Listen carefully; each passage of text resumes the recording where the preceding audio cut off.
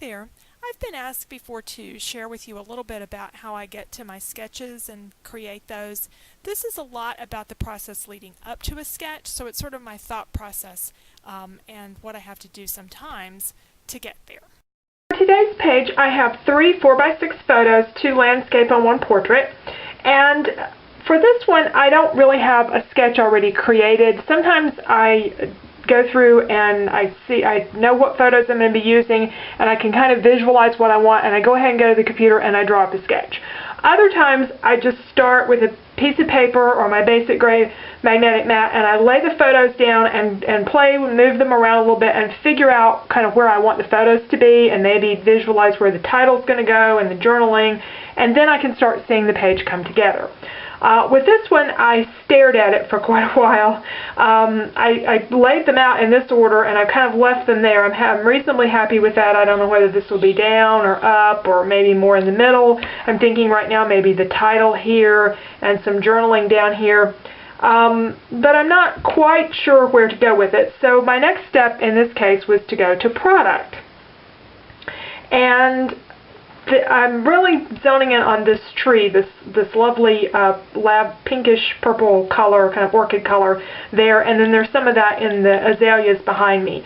So I think that color comes up in at least, really in all of the photos, at least a little bit. So those are the colors, and I knew that I had a paper collection that would do that. So these are papers from Little Yellow Bicycles, Fern and Forest. And I went through them, and these are the A sides, which are really too busy, I think, especially with so many, with so much of the area covered with photos. So I'm going to be using some of these. I don't know which one I want to use for a background. I like this. I thought maybe using a strip of that as an accent. That's kind of where my thought process went first. I liked the light pink, or maybe this darker one. I really liked these pinkish purple colors because these are hard to find, and I really kind of wanted to accent those on the page. And I also was thinking about maybe doing some misting, so I went to my drawer where I had masks and stencils and started looking through, and I found these. I kind of forgotten I had pulled these out. These are some old doilies. And I bought these probably at least in no later than the early 90s, because I've had them before we moved into the house right now, and we've been here 20 years.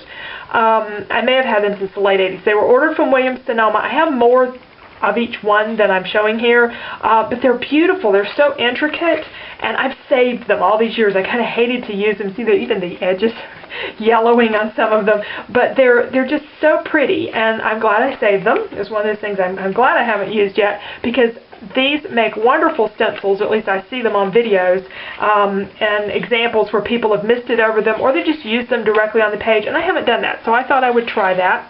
And the one that I think I may want to use is this big round one, because things like this butterfly one, it'd be kind of hard to make that work in, I believe, with the amount of photo I have here. So my next thought was to lay this under the pictures. It's going to need some color though, so let's go ahead and pull one of these papers. I'll just take the one that's on top. Put the doily down. Oh, that doesn't show up very much. So now there's a possibility, I was thinking about misting, but I could just use the doily as is.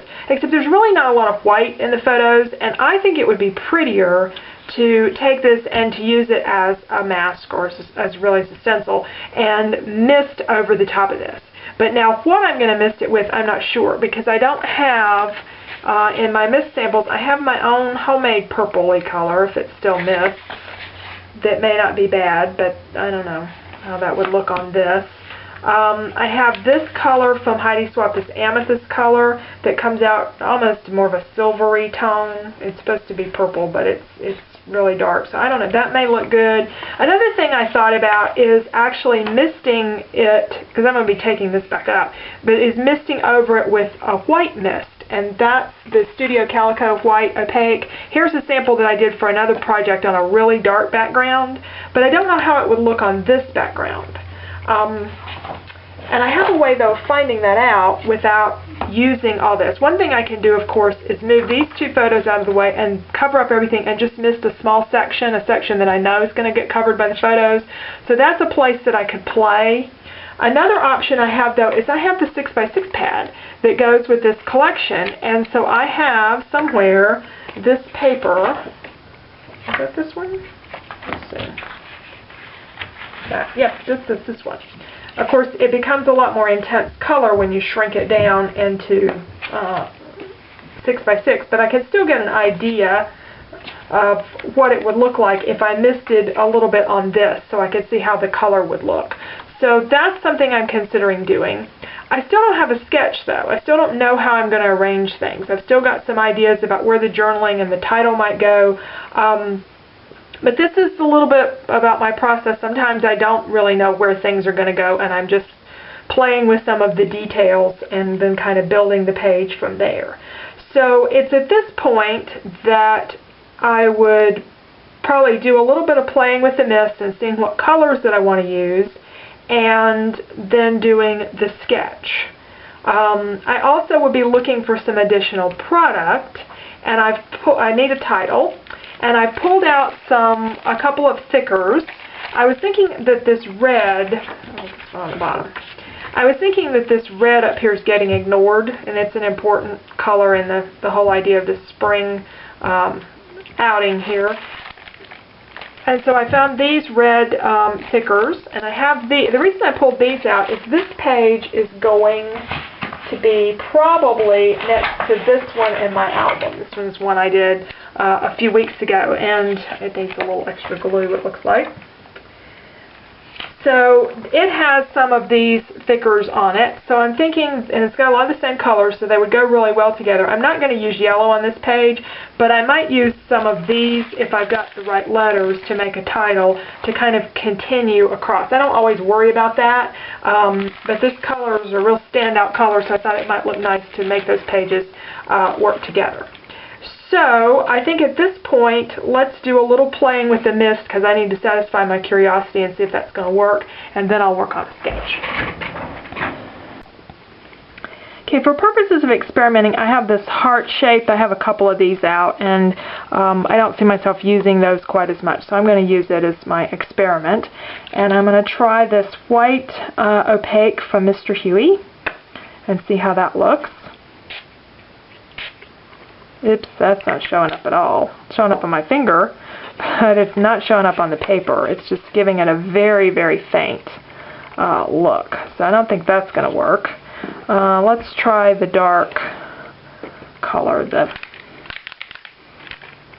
This is Amethyst from Heidi Swap. Well, that shows up, but it comes out almost black. So I don't know if I like that. I'll look at that with the photos and see how that comes out.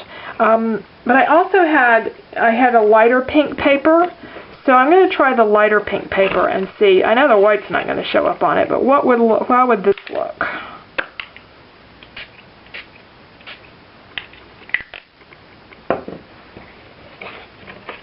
Well, you see it a whole lot more, and you see this pretty, almost white look. So it may be better to use the lighter colored paper than the dark paper. Okay, so it looks like I'm going to work on the lighter pink background.